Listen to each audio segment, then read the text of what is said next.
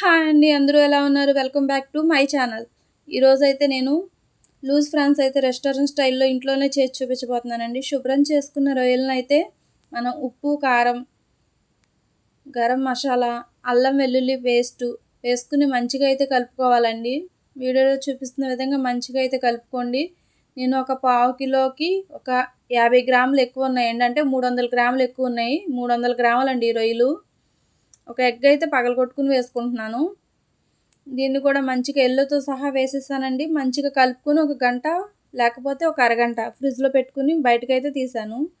తీసిన తర్వాత నేను వేయించే ముందే కార్న్‌ఫ్లోర్ వేసుకుని కలుపుకున్నానండి. ఇప్పుడు ఆయిల్ హీట్ అయిన తర్వాత మనం పకోడీలు ఎలా అయితే వేస్తామో అలా విడివిడిగా అయితే వేసుకోవాలి. మంచి కలర్ వచ్చి క్రిస్పీగా ఎగేంత వరకు వేయించుకోవాలండి. మీడియంలో పెట్టుకుని మంట క్రిస్పీగా అయ్యేంత వరకు వేయించుకోవాలి.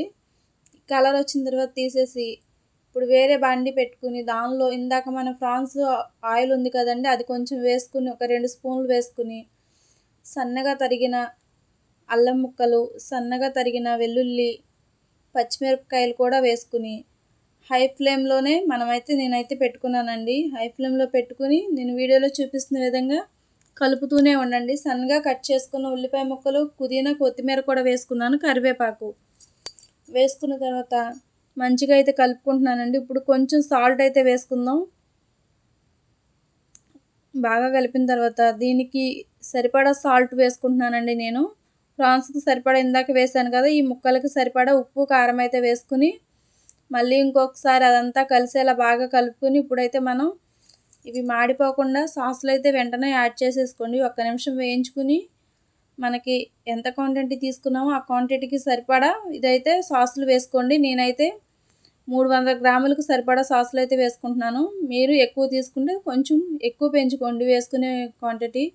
నేనైతే ఇప్పుడు బాగా వేగిపోయిందండి. వేగిపోయిన తర్వాత ఇప్పుడు పక్కన పెట్టుకున్న రొయ్యలను అయితే వేసేసుకుని నేనైతే బాగా కలుపుకుంటున్నానండి. ఆ సాస్ మొత్తం దానికి పట్టేలా క్రిస్పీనెస్ అలాగే ఉంటుందండి. హైలో పెట్టి మీరు ట్రై చేయండి. ఆ క్రిస్పీనెస్ అనేది పోదు, అలానే ఉంటుంది. ఈ టైంలో మీకు కావాలి అంటే జీడిపప్పు వేసుకోవచ్చు అండి. వేయించిన జీడిపప్పు కూడా వేసుకోవచ్చు. టేస్ట్ చాలా బాగుంటుంది. చివరిలో కొంచెం కొత్తిమీర అయితే నేను గార్నిష్ చేసి దీన్ని అయితే దించేస్తున్నానండి. స్టవ్ అయితే ఆఫ్ చేసేసాను. దీనిలో మైనస్ గ్రీన్ చట్నీతో తింటే చాలా బాగుంటుందండి. ఇవి రెండు కూడా మన ఛానల్లో ఉన్నాయండి.